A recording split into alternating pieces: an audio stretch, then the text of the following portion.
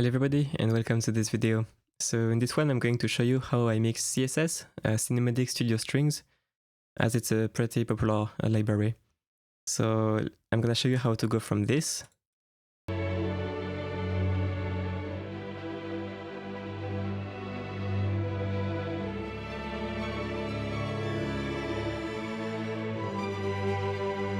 to this.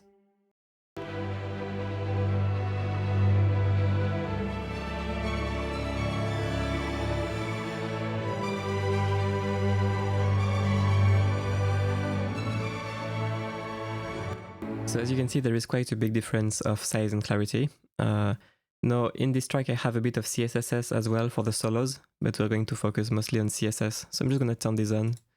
But yeah, we're going to focus on the ensemble strings, not the solos. Now note that I use the default mic positions here. I recommend the default one for CSS because the room mics have a bit of a noise in the top end, so it's not the best to just use them. And the close mics are just not enough with the room. We need the room and the mains. So I feel like the default mix is pretty good. It's a good ratio of mics. You could tweak it, but these settings are usually for the default mix. And by default, it sounds a bit too small, but you can't really make the library sound bigger with just the room mics. It won't really sound bigger. That's the issue, because the room is not very big. So I like to start with the default mics and then add more processing to make it sound bigger, because the thing with this library is that it doesn't sound very symphonic. It could sound a bit bigger, you know. It's big, but it's not massive. It's not like a quartet sound, but it's not like a full-on massive symphonic sound. Okay, so without further ado, let's get into it. So what do I have on the bus? Okay, first we have an EQ which has nothing. Then we have Golfos. So I made a video about this already, so I won't get into it too much. But basically it's a dynamic EQ which controls kind of bad resonances automatically.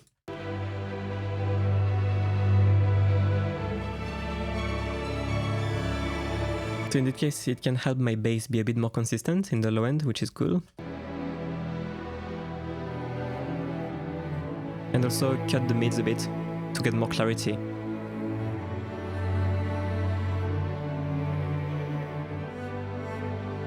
So it sounds a bit more transparent with the Golfos on. I'm just gonna mute the cello for now. Then I have this. Now this is CC Advanced. It's an EQ with a bit of saturation built in. So what this does is mainly just saturate the lows a little bit to give more grain, more texture to the lows, and a bit more high end, so a bit more high frequencies, air basically.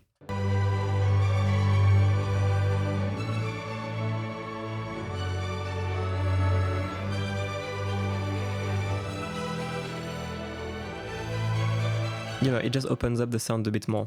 Now, what else do we have? Now we have this plugin here, which I showed before. So SP 2016. Now I like to use it on CSS just to give a bit more diffusion to the sound, because the goal with CSS, as I said before, is to make it a bit more symphonic, make the room a bit bigger, which is what it lacks by default.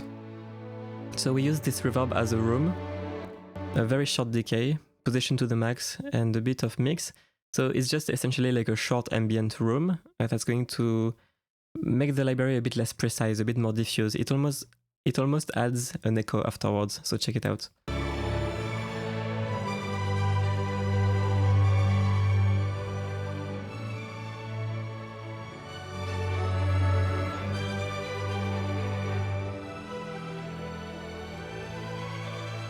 You know, so you could call this like the blur knob. It just blurs everything.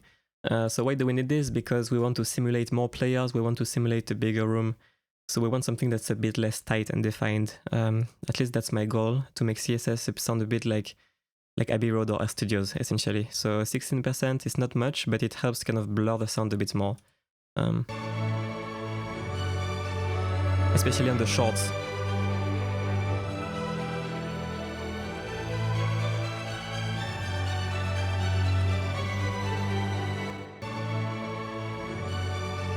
You gain a bit more bigness in the shorts, you know, with this. And then we have a really important one, which is the doubler trick. So this is essentially, I made a video about this, but what this does is that it's a parallel chain in that case. As you can see, there is two paths activated here in Patchwork. So I have a path with a doubler and an EQ afterwards. and a path with nothing. So the idea is just to have a parallel chain as an insert. So it's here after the SP2016. And this basically takes the left channel, delays it, and pans it hard right. And it takes the right channel, which is number 2 here. It takes the right channel and pans it hard left with a delay. So the delays are 30 and 54. There's no modulation, nothing else, just a delay, one repeat. And what this does is that it basically creates an echo on the opposite side. So say you pan your violins here on the individual tracks, you pan them left. You're going to get an echo sort of mirrored on the right. But this echo is going to be filtered a little bit, of course. So it's like a way to add transparent early reflections to the signal. So it's not quite like a reverb, but it creates opposite mirrored reflections, which are a bit filtered. So I have this at -9. It makes quite a massive difference in how big the library sounds. So let me show you. If I just take, for example, you know what, I'm going to take violin here. Or this.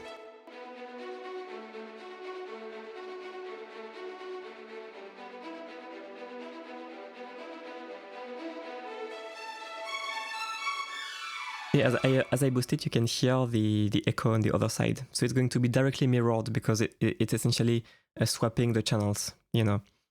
Now, this is very powerful if you use the right amount.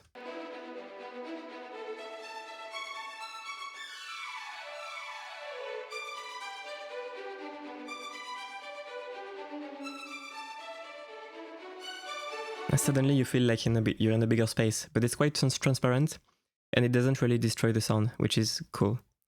So you could use this with other libraries as well. I don't use this for libraries which already have a nice big room, but for CSS, because it's quite a small room, it really helps.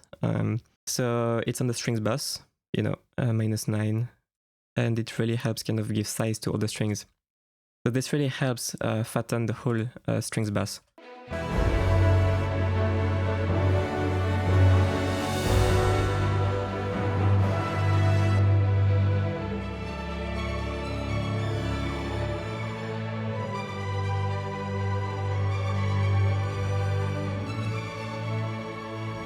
You know, it just all adds up. It all adds up. And of course, I have my whole reverb, so VSS3 and dual mono VSS. So I showed them before, but basically VSS3 is a combination of 2 reverbs.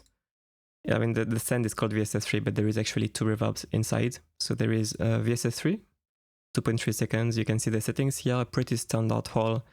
It's the large wormhole preset, which I changed a bit. And cinematic rooms is the large hall preset, which I also changed a bit. So it looks like this, as you can see, 2.3 seconds hall. Yeah, that's about it. The dual mono VSS is not that important in this particular mix, so I'm gonna make a video about it later. Ignore it for now. It really doesn't do anything here. So then we go into the individual tracks. So about the individual tracks, as you can see, have the basses.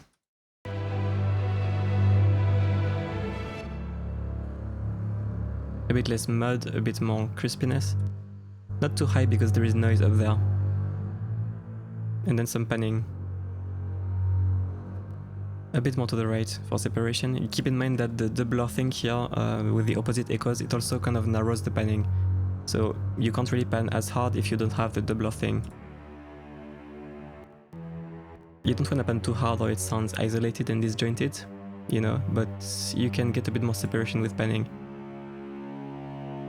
The cello tend to be quite muddy sometimes, especially on the lower notes. So I have a bit of a dynamic EQ here and kind of muddiness control.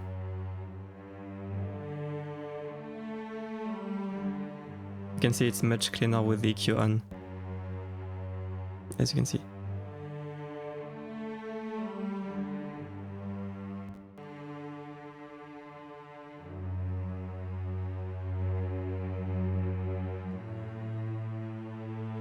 Then we have violin 1. A bit of the harshness here control. And controlling a bit of the strong fundamentals, which can often be too much.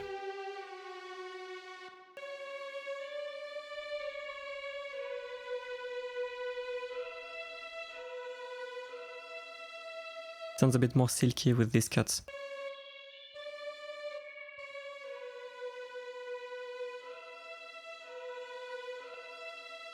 Very subtle panning. But actually it does quite a bit. Slightly different on the stacks. Violin 2, very similar. That's a solo violin actually. And the violas, trying to remove some of the nasty tones, you know?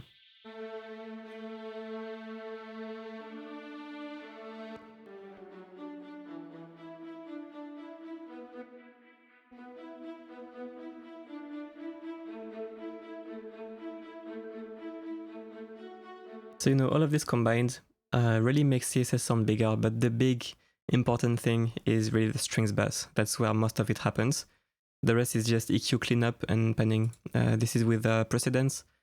So it's a bit like balance panning. It adds a bit more depth and a little bit more, it retains a bit more stereo field when panning, but this is, with the settings I'm using here, it's very close to just normal, boring balance panning. So don't worry about this too much. But yeah, guys, that's how I make CSS sound bigger. I hope you found this video interesting, and I will see you in the next one. Bye bye.